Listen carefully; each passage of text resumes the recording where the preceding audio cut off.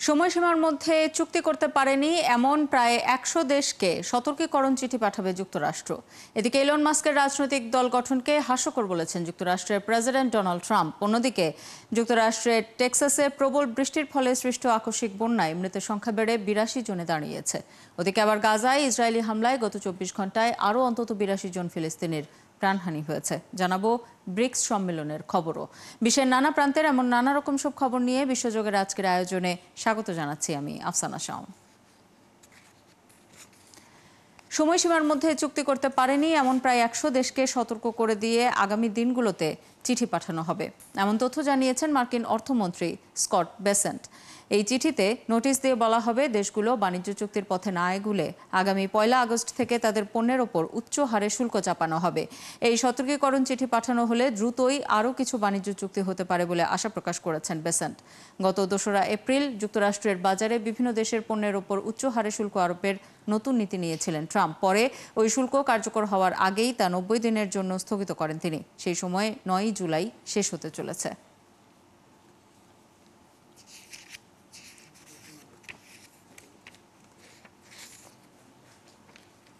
প্রেসিডেন্টের দায়িত্ব নিয়ে ডোনাল্ড ট্রাম্প ২রা এপ্রিল বিশ্বের বিভিন্ন দেশের ওপর পারস্পরিক শুল্ক আরোপ করেন।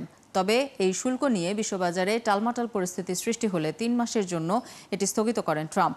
যেসব দেশের ওপর উচ্চ শুল্ক আরোপ করা হয় সেই সব দেশকে আলোচনার সুযোগ দেন তিনি।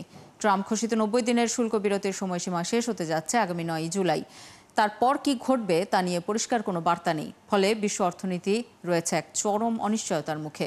শারমিন শ্রাবণীর রিপোর্ট। চলতি বছরের ২ এপ্রিল লিবারেশন ডে ঘোষণা করে প্রেসিডেন্ট ট্রাম্প যুক্তরাষ্ট্রের প্রধান বাণিজ্য অংশীদারদের উপর নতুন পারস্পরিক শুল্ক হার চালু করেন। কিছু দেশের উপর এই হার ছিল ৫০% পর্যন্ত এবং ১০০ বছরের মধ্যে সর্বোচ্চ। শুল্ক কার্যকর হওয়ার ১ সপ্তাহের মাথায় ৯ এপ্রিল যুক্তরাষ্ট্রের শেয়ার বাজারে ব্যাপক ধস নামে এবং বন্ড মার্কেটেও অস্থিরতা দেখা দেয়।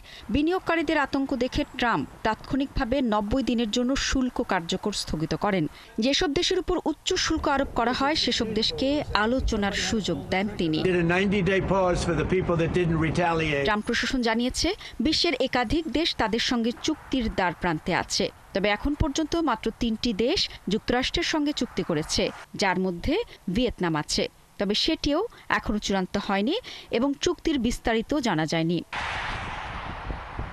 তবে মার্কিন প্রশাসন দাবি করছে অনেক দেশ সামনে নতুন নতুন প্রস্তাব নিয়ে আসবে। কিন্তু প্রেসিডেন্ট ট্রাম্প নিজেই আবার বলেছেন, যেসব দেশ চুক্তি করেনি তাদের কাছে শুল্কের চিঠি পাঠাবেন তিনি। এতে বলা হবে তাদের পণ্যে কত শতাংশ শুল্ক আরোপ করা হয়েছে। প্রশাসনের একাংশ বলছে এপ্রিলের শুল্ক হার আবার কার্যকর হতে পারে বা আরও বাড়তে পারে। আবার কিছু ভালো আচরণকারী দেশের জন্য বিরতি বাড়ানো হতে পারে, যদিও কোন দেশ বা কী মানদণ্ডে তা হবে সে বিষয়ে স্পষ্ট কিছু বলা হয়নি। এ বিষয়ে ট্রাম্পের বক্তব্য হলো, পাঠানো চিঠিগুলোতে ১০ থেকে ৭০% শুল্ক হার উল্লেখ থাকবে। তবে তিনি জানান, বেশিরভাগ হার ১ আগস্ট থেকে কার্যকর হবে, ফলে দেশগুলো চাইলে শেষ মুহূর্তে আলোচনা করতে পারে।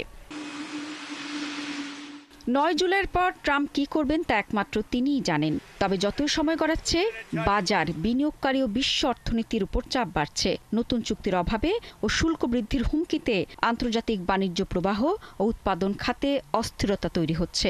ট্রাম্পের হাতে থাকে শুল্ক হাতিয়ার কেবল কূটনীতি নয়, গোটা বৈশ্বিক অর্থনৈতিক ভারসাম্য বদলে দিতে পারে। শারমিন শ্রাবণী, ৭১। ট্রাম্পের শুল্ক নীতি নিয়ে আলোচনার জন্য আমাদের সাথে যুক্ত হচ্ছেন সিপিডির সম্মানিত ফেলো ডক্টর মুস্তাফিজুর রহমান। স্বাগত জানাচ্ছি আপনাকে বিশ্বযোগে। এই যে শুল্ক বিরতির সময়সীমাটা শেষ হচ্ছে, এরপর কি হতে পারে এবং বেশিরভাগ দেশই আমরা যেটি দেখেছি যে সমঝোতায় আসেনি, তারা কি বিষয়টি আসলে গুরুত্বের সাথে নিচ্ছে না? ধন্যবাদ। আমার মনে হয় যে সবাই বিষয়টিকে গুরুত্বের সাথে নিচ্ছে। এক একটি দেশ এক একভাবে অগ্রসর হচ্ছে। আমরা জানি যে বাংলাদেশ সহ বেশ কিছু দেশ অলরেডি তাদের সাথে দ্বিপাক্ষিক আলোচনা করছে।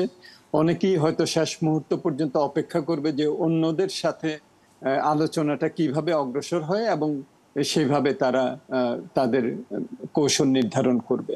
আবার অন্য আরেকটি এখানে স্রোত আছে, সেটা হলো যে অনেকেই দেখছে যে ট্রাম্প দ্বিপাক্ষিকভাবে, যেহেতু সেই দুই পক্ষ যদি আলোচনা করে তাহলে তুলনামূলকভাবে সেই শক্তিশালী, সেভাবে সে অগ্রসর হচ্ছে এবং বিশ্ব বাণিজ্য সংস্থার যে বহুপাক্ষিক যে আলাপ আলোচনা সেটাকে দুর্বল করে দিচ্ছে, সেটাও অনেকে পছন্দ করছে না। সুতরাং তারা পাল্টাপাল্টি ভাবেও চিন্তা করছে যে আমরা এই ধরনের দ্বিপাক্ষিক আলোচনায় যে দুর্বল হয়ে যাওয়ার চেয়ে আমরা যদি বিকল্প কোনো একটা ব্যবস্থা করতে পারি, সেটাও অনেকে চিন্তা করতে পারে। কিন্তু যেহেতু চীন এবং যুক্তরাজ্য তারা অলরেডি মার্কিন যুক্তরাষ্ট্রের সাথে, ট্রাম্পের সাথে একটা দ্বিপাক্ষিক একটা আলোচনায় এসেছে, ভিয়েতনামও এসেছে। সুতরাং আমার মনে হয় যে যত আমরা সামনের দিকে যাব তত অন্যান্য দেশও এই আলোচনাগুলির মধ্যে চলে আসবে। ডক্টর মুস্তাফিজুর রহমান, চুক্তিটা শেষ পর্যন্ত হোক বা না হোক, অনেক দেশেই ট্রাম্পের উচ্চ শুল্কর আওতায় থাকবে এটি বোঝা যাচ্ছে। এই ধরনের শুল্ক নীতির কি ধরনের প্রভাব বিশ্ববাজারে পড়তে পারে? অবশ্যই বিশ্ববাজারে এটার খুবই নেতিবাচক প্রভাব পড়বে।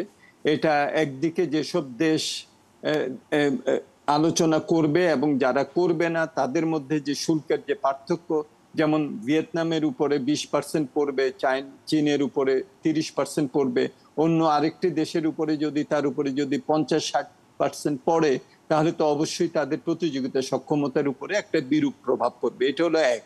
দ্বিতীয় হলো যে এটার ফলে মার্কিন যুক্তরাষ্ট্রের যে যারা ভোক্তা তাদের উপরেও কিন্তু এটার একটা মূল্যস্ফীতির একটা চাপ সৃষ্টি করবে। এটা হলো 2। 3 নাম্বার হলো এই যে একটা অনিশ্চয়তা সৃষ্টি হলো বিশ্ব বাণিজ্য বিনিয়োগ। আপনাদের প্রতিবেদনে ঠিকই বলা হয়েছে যে এটা কেবলমাত্র বাণিজ্য বিনিয়োগ না, এটা যে শেয়ার মার্কেটের বন্ড প্রাইসের মূল্য, সেগুলো সবকিছুর উপরেই এটার একটা অনিশ্চয়তা সৃষ্টি করেছে। সুতরাং বৈশ্বিক বাণিজ্য প্রবৃদ্ধি সবকিছুর একটা ঋণাত্মক প্রভাব পড়বে বলে আমরা আশঙ্কা করছি। আপনাকে অসংখ্য ধন্যবাদ আমাদের সাথে যুক্ত হবার জন্য। দর্শক, আমাদের সাথে যুক্ত ছিলেন সিপিটির সম্মানিত ফেলো ডক্টর মুস্তাফিজুর রহমান। ইলন মাস্কের রাজনৈতিক দল গঠনকে হাস্যকর বলেছেন যুক্তরাষ্ট্রের প্রেসিডেন্ট ডোনাল্ড ট্রাম্প। একই সঙ্গে এটিকে উদ্ধত এবং বিভ্রান্তিকর উদ্যোগ বলেও মন্তব্য করেছেন তিনি। সোমবার ব্রিটিশ সংবাদ মাধ্যম বিবিসি এক প্রতিবেদনে এই কথা জানিয়েছে। সংবাদ মাধ্যমটি বলছে, রবিবার সাংবাদিকদের এক প্রশ্নের জবাবে ট্রাম্প বলেছেন, আমেরিকায় দুই দলের যে রাজনৈতিক কাঠামো তা বহু বছর ধরেই আছে। তৃতীয় কোনো রাজনৈতিক দল গঠন করাটা একেবারেই হাস্যকর। এছাড়া তৃতীয় দল আনার চেষ্টা শুধু বিভ্রান্তি তৈরি করবে বলেও জানান তিনি। সম্প্রতি প্রেসিডেন্ট ট্রাম্পের এক সময়ের মিত্র ইলন মাস্ক আমেরিকা পার্টি নামে নতুন একটি রাজনৈতিক দল গঠন করার ঘোষণা দেন। যুক্তরাষ্ট্রের টেক্সাসে প্রবল বৃষ্টির ফলে সৃষ্ট আকস্মিক বন্যায় মৃতের সংখ্যা বেড়ে 82 জনে দাঁড়িয়েছে। এদের মধ্যে 28 জনই শিশু। নিহতদের বেশিরভাগই মধ্য টেক্সাসের কের কাউন্টিতে। নিখোঁজ রয়েছে অন্তত 41 জন। এখনও খোঁজ মেলেনি গ্রীষ্মকালীন ক্যাম্পে অংশ নেওয়া 10 কিশোরী ও তাদের এক তত্ত্বাবধায়কের। সৃষ্টি ঘটকের রিপোর্টে বিস্তারিত। এখনও খোঁজ মেলেনি যুক্তরাষ্ট্রের টেক্সাসের গ্রীষ্মকালীন ক্যাম্পে অংশ নিয়ে বন্যায় নিখোঁজ কিশোরীদের। টেক্সাসের গুয়াডালুপ নদীর চারপাশ ঘিরে তাদের সন্ধানে চলছে অভিযান। শুক্রবার হঠাৎ 1 ঘন্টার তীব্র বৃষ্টিতে ওই নদীর পানি 29 ফুট বেড়ে যাওয়ায় দুর্যোগ শুরুর কিছুক্ষণের মধ্যেই এমন মর্মান্তিক পরিস্থিতির সৃষ্টি হয় সেখানে। ওই ক্যাম্পে অংশ নিয়েছিল 700 কিশোরী। উদ্ধারকারীরা জানিয়েছেন, দুর্গত অঞ্চল থেকে এখন পর্যন্ত 850 বেশি মানুষকে উদ্ধার করা হয়েছে। এদের অনেকেই গাছের ডালে আশ্রয় নিয়েছিল। তবে এখনো অর্ধশত মানুষ নিখোঁজ রয়েছে। সময় গড়ানোর সাথে সাথে তাদের নিয়ে বাড়ছে উদ্বেগ। আমরা আপ্রাণ চেষ্টা চালিয়ে যাচ্ছি। বাচ্চাগুলোর সাহায্যের কতটা দরকার সেটা খুব ভালো করেই বুঝতে পারছি। এখানে আমরা 40 থেকে 50 জন উদ্ধারকারী কাজ করছি, কোনো জায়গা বাদ রাখা হচ্ছে না। ওই কিশোরীদের খুঁজতে গিয়ে আমরা এক বয়স্ক দম্পতিকে উদ্ধার করেছি। গুয়াডালুপ নদীর তীরে মিস্টিক ক্যাম্প ছাড়াও অনেক মানুষ ক্যাম্পিং করছিল। তাদের মধ্যেও কেউ কোথাও আটকা পড়েছেন কিনা আমরা খুঁজে দেখছি। এরই মধ্যে যুক্তরাষ্ট্রের হোমল্যান্ড সিকিউরিটি সেক্রেটারি ক্রিস্টি নোম জানিয়েছেন, পূর্বাভাসে মাঝারি বন্যার সতর্কতা দেয়া হয়েছিল, কিন্তু সেটি বাস্তব পরিস্থিতির সঙ্গে সামঞ্জস্যপূর্ণ ছিল না। প্রশাসন পূর্বাভাস ব্যবস্থার উন্নয়নে কাজ করছে। টেক্সাসের গভর্নর গ্রেগ অ্যাবট জানান, তিনি প্রেসিডেন্ট ট্রাম্পকে ফেডারেল সহায়তার জন্য অনুরোধ করেছিলেন এবং হোয়াইট হাউস সে অনুরোধে সাড়া দিয়েছে। বন্যার পরই সেখানে দুর্যোগ ঘোষণা করেন ট্রাম্প। এর ফলে ফেডারেল সরকার ত্রাণ সহায়তা শুরু করেছে। এদিকে এই দুর্যোগের জন্য বাইডেন প্রশাসনের দিকে আঙ্গুল তুলেছেন ট্রাম্প। আগামী শুক্রবার টেক্সাসে যাবেন বলে জানান তিনি। আবহাওয়া অফিসে যারা রয়েছেন তাদের সবাই বাইডেনের আমলে নিয়োগ দেয়া লোক। আমরা তাদের নিয়োগ দেইনি, তবে এর জন্য বাইডেনকে দোষ দিয়েও লাভ নেই। 100 বছরের মধ্যে ভয়াবহতম এক দুর্যোগ এটা। এদিকে কের কাউন্টিতে আবারও ভারী বৃষ্টির শঙ্কা রয়েছে বলে জানিয়েছে আবহাওয়া বিভাগ। পরিস্থিতির আরও অবনতি হতে পারে বলেও আশঙ্কা করা হচ্ছে। সৃষ্টি ঘটক, ৭১।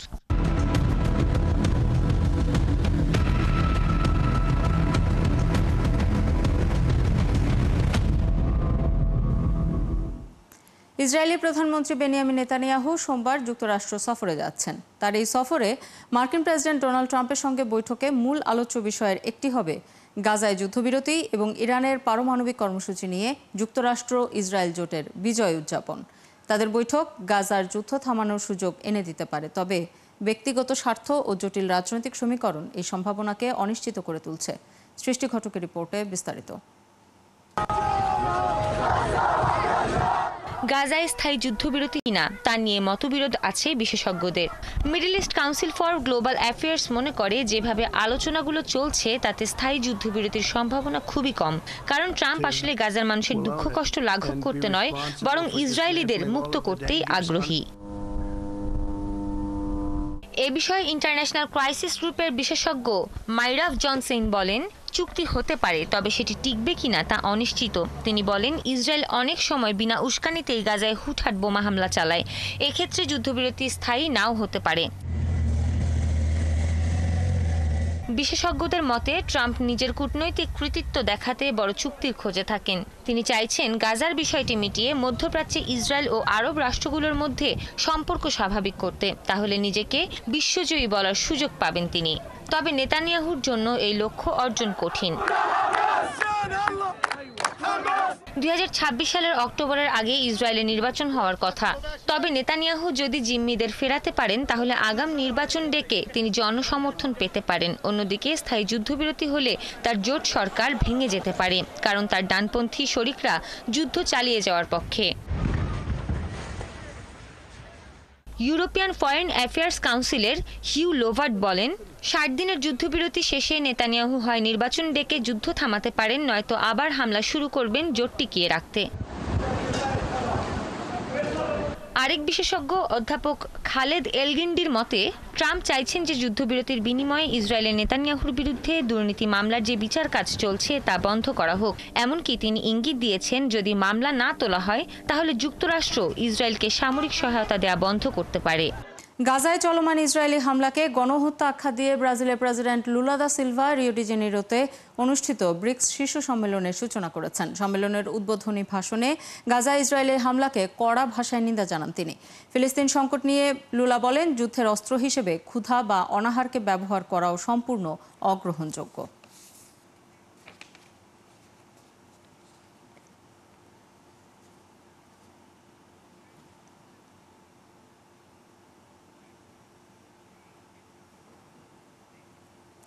ইরানে হামলার জন্য ইসরায়েলকে জবাবদিহির আওতায় আনা না হলে পুরো অঞ্চল এবং তার বাইরেও এর পরিণাম ভোগ করতে হবে বলে হুঁশিয়ারি দিয়েছেন ইরানের পররাষ্ট্রমন্ত্রী আব্বাস আরাকচি।